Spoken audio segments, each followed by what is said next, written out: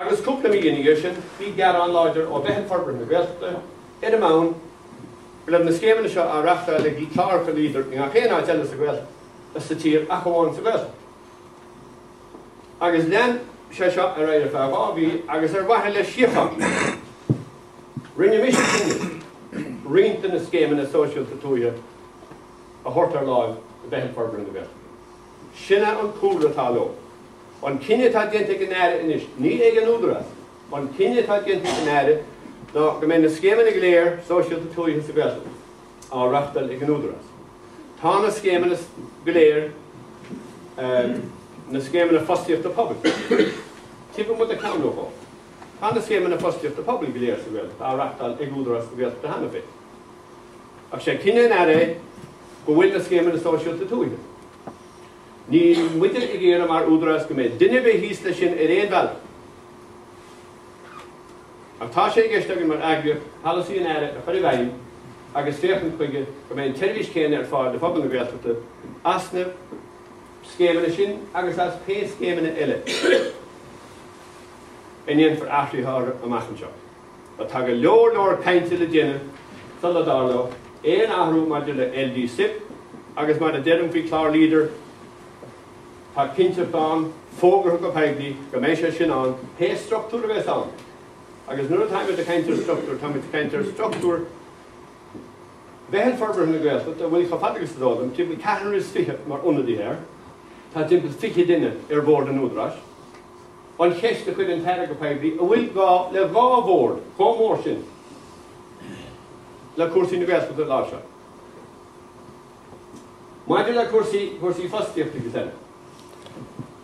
Glacam leis go méid co-aidhrú teilebh idir an Údarás agus pobl an cheantar seo mar a bhí a riamh a gcónaí. Be muide ar míle díthid féchan chuige go gcuine áfar cuasaí sláán sa cheantar seo ar bhain fostaíocht. Tá rud dhéile nach méid seo go héasca sin. Bhí obair déanta ar choláistí sa gáin obair chomhlórachta agus sé 15,000 déanamh dal an 100 meile le €100. Cosnach sé hartar €100,000 le €100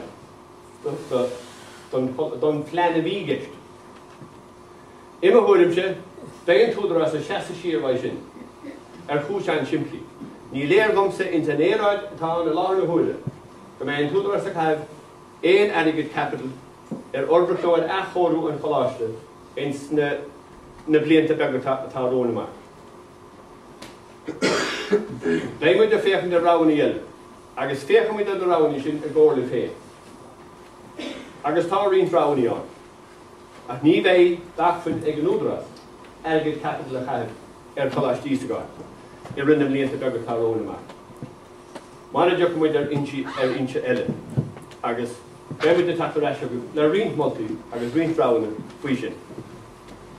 Mar I mo thuirimse, ní dhéanamh sé an chiaadúin dal a raibh le €100 a lorg a chosnóigin editin airgid agus gan éon cinnte fáin gur féidir éon chuide ar a bhaim níos. Ach tucha muid a eis agraise leis sin na phlé lás faoi den nua. I réanas, ó fad agus bhain an líne, tá seán Údarás ar mór, tá na dorsí oscailta agus chuireadh muid fáilte rih smaointí ó Winnerbe. Tá mún gnó hana féin nó nach bhfuil gnóir be hacu, tá smaointí a gach éine. Ní léon teorann le smaointí nua agus testíonn siad níos géide agus níos páiní ná riamhanis agus chuireadh muid anáilte rompa. Do ré mar a bheith feidhmeannach cobar sa cheantar seo, nó ag seisiún ólis agus cruinniú na bheith agan líomh amach seo. Rud is tábha fiú dún go léir ceapan san éad atá na láir na mhúile an misneach go chuineáil, agus gan a bheith nás na láhanní sin a dugmuid na losaní crom cíinar go mbeidh ar glegan na lici síos agan, mar is féidir linn teacht sláán as seo. Ach a bheith seftú lena chéile, agus caiithmid áil amach a ggóir le chéile, chéad a chilíonn a bheith seftú.